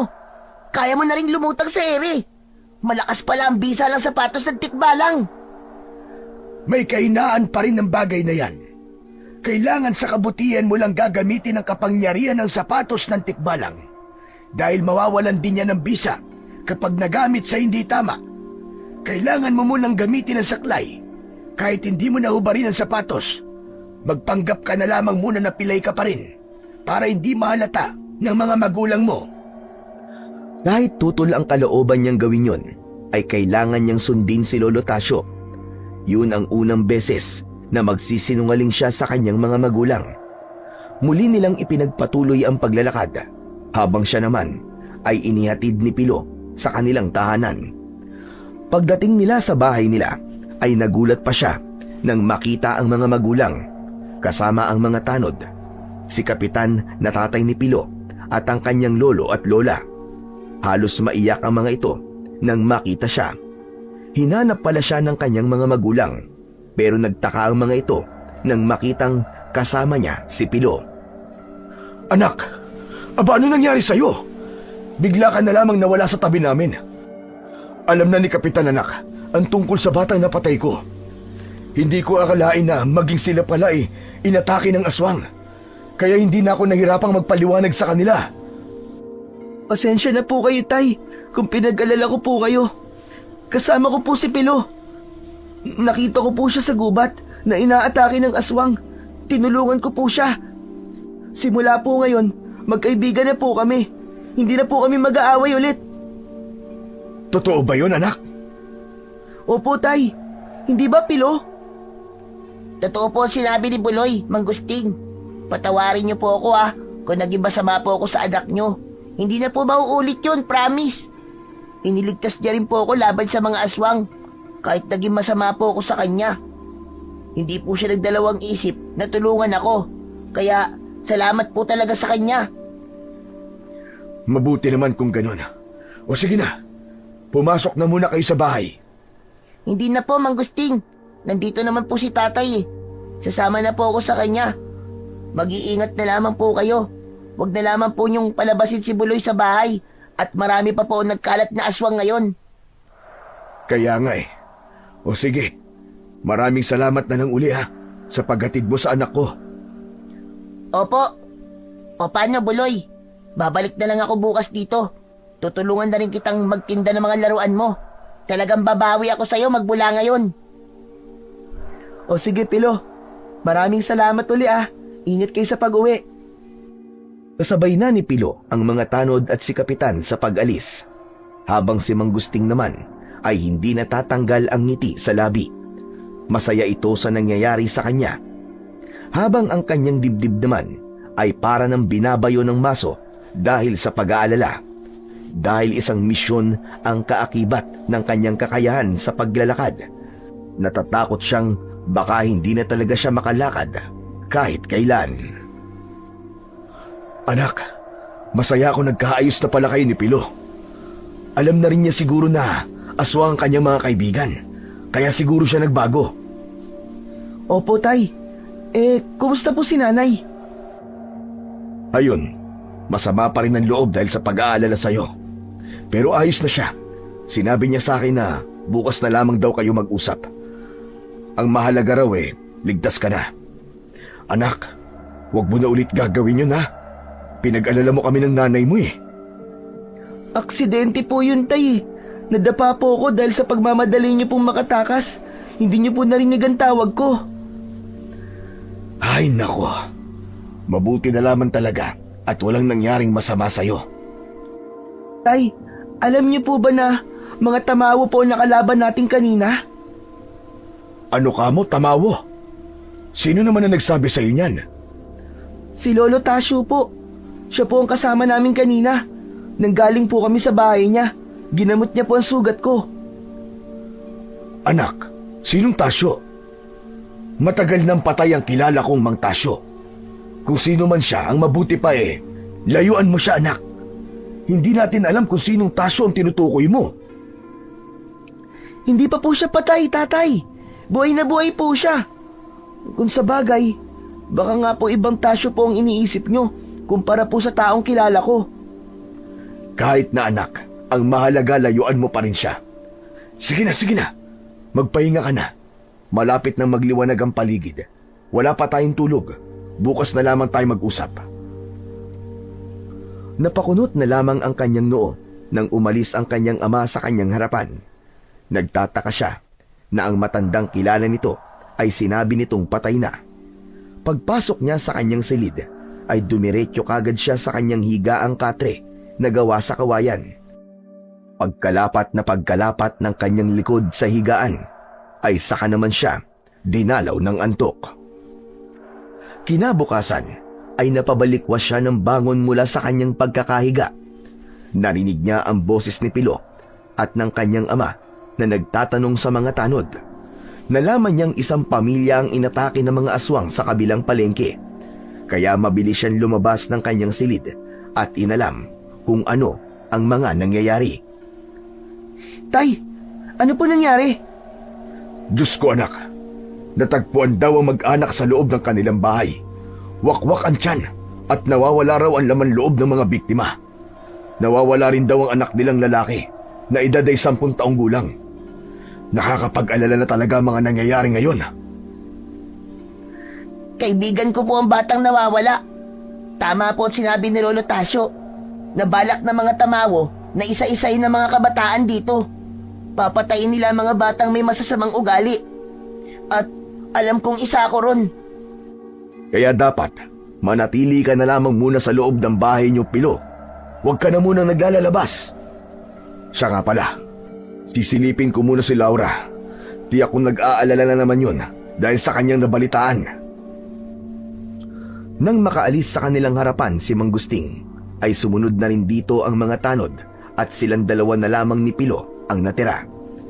Hindi ito mapakali at panay ang linga sa paligid. Buloy, anong balak mo? Kailangan na nating kumilos bago pa mahuli ang lahat. Kailangan natin makipag-usap kay Lolo Tasyo. Sasabihan ko ang mga kaibigan ko na wag muna silang gumala sa gabi. Tuyungan mo kami, Buloy. Natatakot ako na baka ako na ang isunod ng mga aswang na yun eh. Hindi yun mangyayari, Pilo. Gagawa tayo ng paraan para mapigilan sila. Magkita tayo mamaya sa bahay ni Lolo Tasyo. Mamayang gabi, tatakas ako. Parang malito eh. Talaga bang kailangan mong tumakas sa mga magulang mo, Buloy? Paano kung mapahamak ka? Gagawin ko to ngayon lang, Pilo. Dahil kung magpapaalam ako sa kanila, hindi naman sila papayag eh. Hindi natin magagawa ang mga plano natin. Kung sa bagay, ngayon lang naman natin to gagawin eh. Matyaga nang naghintay si Buloy sa pagsapit ng dilim. Panay din ang kanyang silip sa higaan ng kanyang mga magulang. Sakto yun na umalis na rin ang kanyang lolo at lola para umuwi sa bahay nito. Nang masigurado niyang ayos na ang lahat, inihanda niya ang kanyang saklay na magagamit niyang sandata laban sa mga tamawo. Sa bintana siya dumaan, pagkatapos ay kagad siyang tumakbo papasok sa kakahuyan. Lakad at takbo ang ginawa niya habang binabagtas ang daan papunta sa bahay ni Lolo Tasyo. Ngunit pagdating niya roon, ay napapalaban na pala ang matanda sa mga tamawo. Pilit itong pinapaamin kung nasaan siya, habang si Pilo naman ay nagtatago lamang sa likod ng isang puno habang pinapanood kung paanong nakikipaglaban si Lolo Tasyo sa mga aswang. Bakas sa mukha ni Pilo ang takot. Mabuti naman at dumating ka na, Buloy. Tulungan mo na si Lolo Tasyo, Buloy. Bilisan mo. Oo, wag kang umalis dito ha. Ako ang haharap sa kanila. Mabilis ang ginawang paglapit ni Buloy.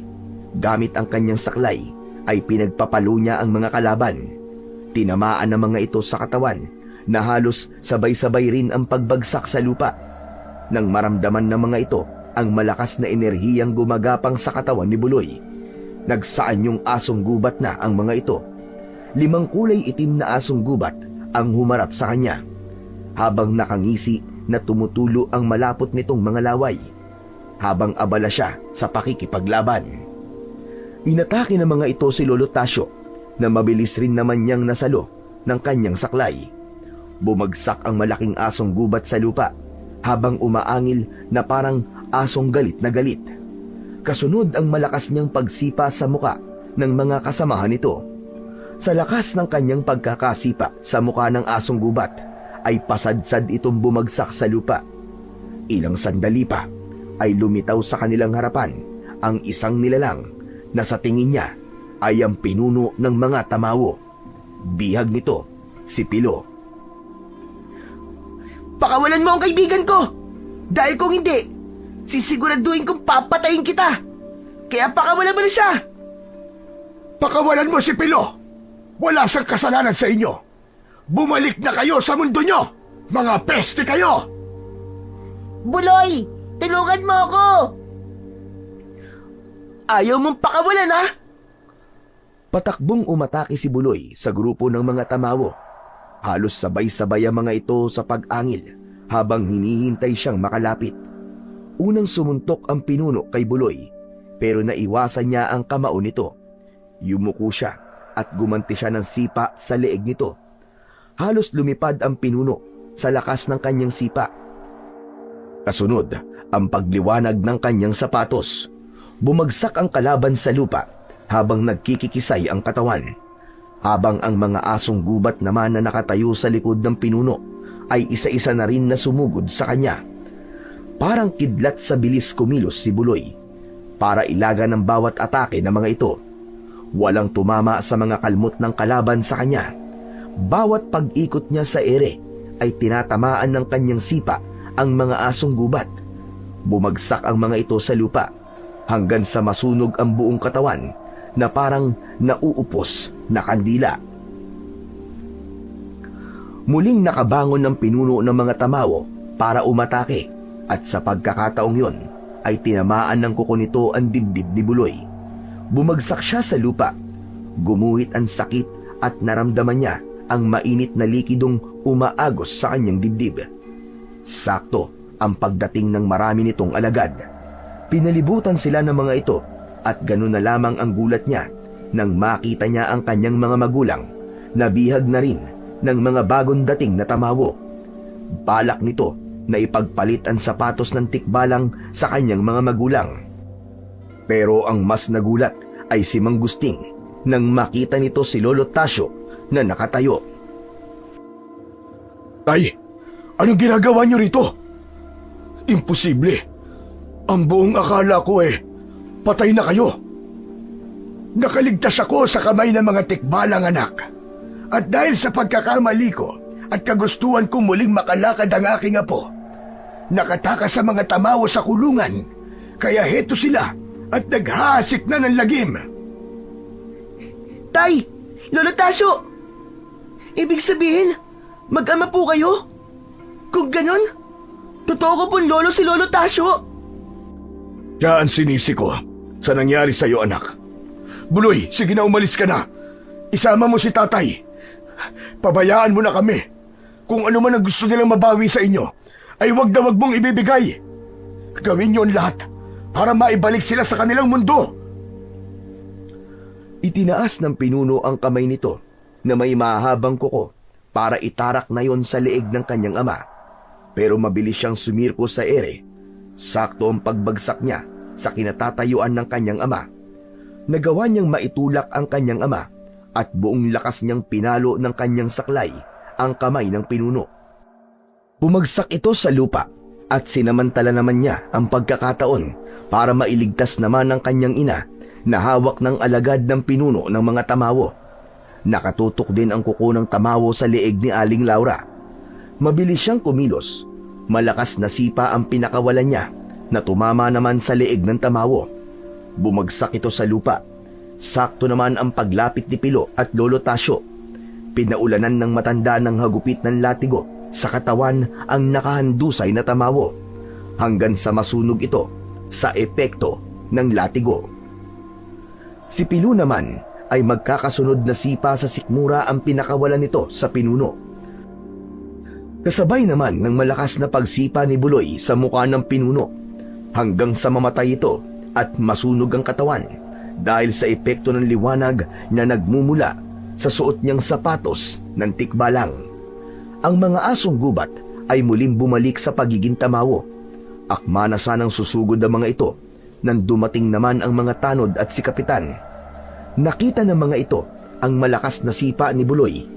Nagulat ang mga ito sa nakitang husay ni Buloy sa pakikipaglaban. Napatay niya ang lahat ng mga tamawo. Teka, paano nangyari yun, anak? Nakakalakad ka na. Hindi ko kagad napansin na magaling na pala ang paa mo. Anong ginawa mo? Ibinalik lamang ang nawala sa kanya, anak. Siguro naman, maniniwala ka na sa akin na mababawi natin ang kanyang paa, ang kakayahan niyang makalakad. Tama po si Lolo Tasyo, Tay. Dahil wala pong imposible sa gustong makalakad. Kapag gusto, maraming paraan. Natalo na natin ang mga tamawo. May babalik ng dating katahimikan sa baryo. Makakapaglaro na ulit ang mga kabataan tuwing gabi. May inililihim pa ba kayo sa amin? Sabihin niyo na. Paano ka nakalakad, anak? Wala na po, Tay. Maliban lamang po sa pakikipagkasundo namin sa tikbalang para maibalik ang mga tamawo sa kanilang mundo. Halos manlaki ang mga mata ni Buloy nang biglang bumukas ang puno ng alagaw at iniluwa roon ang tikbalang. Isang nakangiting tikbalang ang nakita niyang lumitaw roon.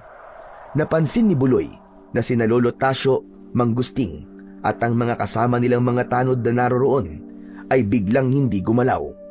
Silang dalawa lamang ni Pilo ang nakakilos. Salamat sa pagtupad ng misyon niyo na matalo ang mga tamawa. Ang akala ko ay hindi niyo na magagawa. Isasama ko na sila sa mundo namin. Mamantik balang?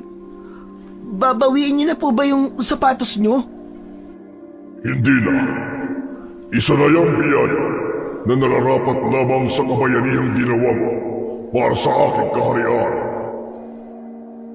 Ibig sabihin po makakalakad na po talaga si Buloy? Tama ka. Makakalakad na siya. Pero sa oras na gumawa siya ng kasamaan, unti-unti mawawala ang bisa at kakayahan ng aking mahiwagang sapatos. Kaya ingatan mo ang bagay na yan at huwag na huwag gagamitin sa kasamaan at sa pansariling interes. Pero, mamantik balang, paano po ang mga tamawo? Ano na po ang gagawin namin sa kanila? Babalik na sila sa pagiging bunga ng alagaw. Mabubura sila sa alaala ng mga nakakita sa kanila. Maging ang mga nangyari ngayon, ilihim mo pa rin ang pagiging isang tagapag-alaga ng sapatos ko. Manatili kang pilay sa paningin ng mga tao.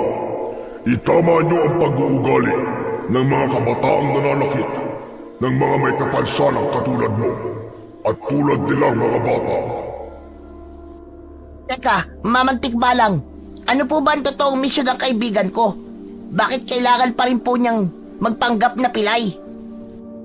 Dahil yun ang kapalit ng bagay na kinuha niyo sa akin.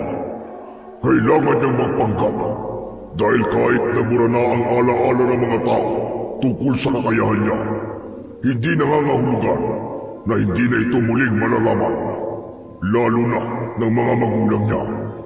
Kaya mas mainam kung mananatili itong lihim dahil sigurado ko na hindi pa rito nagtatapos ang lahat.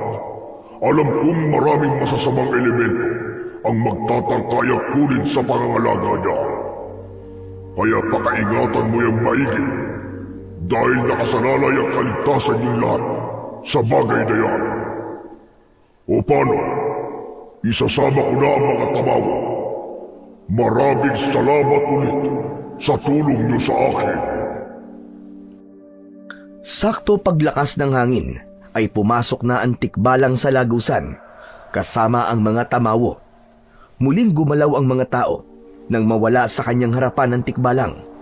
Kitang-kita sa mga mata ng kanyang mga magulang ang pagtataka kung bakit naroon ang mga ito sa gitnang kagubatan. Anak, ano nangyari? Wala na mga baboy ramo na umahabol sa atin. Wala na nga sila. Wala na po. Iniligtas po tayo ni Lolo Tasyo. Ay, buhay ka. Imposible ito. Ang buong akala ko po'y patay na kayo. Mahabang kwento, anak. Tsaka ko na ipapaliwanag sa'yo. Ang mahalaga ay magkasama na ulit tayo at buo na ang ating pamilya. Teka, anong ginagawa ni Pilo rito? Nagkaayos na po kami ni Buloy, Mang Gusting. Talaga? Ang bilis naman yata. Parang ang dami kong nakaligtaan na. Teka, Gusting anak. Huwag ka na muna mag-isip ng kung ano-ano. Anak, masaya ko't nagkita na tayo uli. Patawarin mo ko kung nagawa kong lumayo sa inyo ng apo ko. Ako po ang patawarin niyo, Tay. Akala ko po talaga ay namatay na kayo. Kaya hindi ko po kayo hinanap. Alam na ni Buloy at Pilo na mag-ama ang dalawa. Nakangiting pinapanood ng dalawa ang pagbabati na yon ng mga mahal sa buhay ni Buloy. Tila wala na ngang naalala si Mang Gusting tungkol sa mga nangyari. Ang naalala na lamang nito ay nung gabi na hinabol sila ng mga baboy ramo. Nakauwi ang mga ito sa bahay kasama si Lolo Tasyo. Pagkatapos humingi ng tawad si Mang Gusting sa ama, ay nagsama ang mga ito sa bahay nila. Ilang araw pagkatapos ng mga nangyari, ay magkasama ng nagtitinda ng mga laruan sina Pilo at Buloy sa tabing kalye. Hindi na rin tinutukso si Buloy dahil si Pilo ang nagtatanggol sa kanya. Hinangaan si Buloy sa kanyang determinasyong makatulong sa mga magulang kahit na ito ay isang pilay. Muli niyang ipinagpatuloy ang kanyang pag-aaral sa tulong ni Pilo at ng kanyang mga magulang. Walang nakakaalam sa lihim ni Buloy. Tanging si Pilo lamang ang nakakaalam sa kung ano ang nagagawa niya para sa kanilang baryo. Naging matalik silang magkaibigan na ang turingan sa isa't isa ay para ng isang tunay na magkapatid na handang ipagtanggol ang kanilang baryo laban sa mga kampon ng kadiliman na pilit aagawin sa kanila ang kapayapaan at tahimik na buhay. Pilay, pilay, pilay! Pilay, pilay, pilay!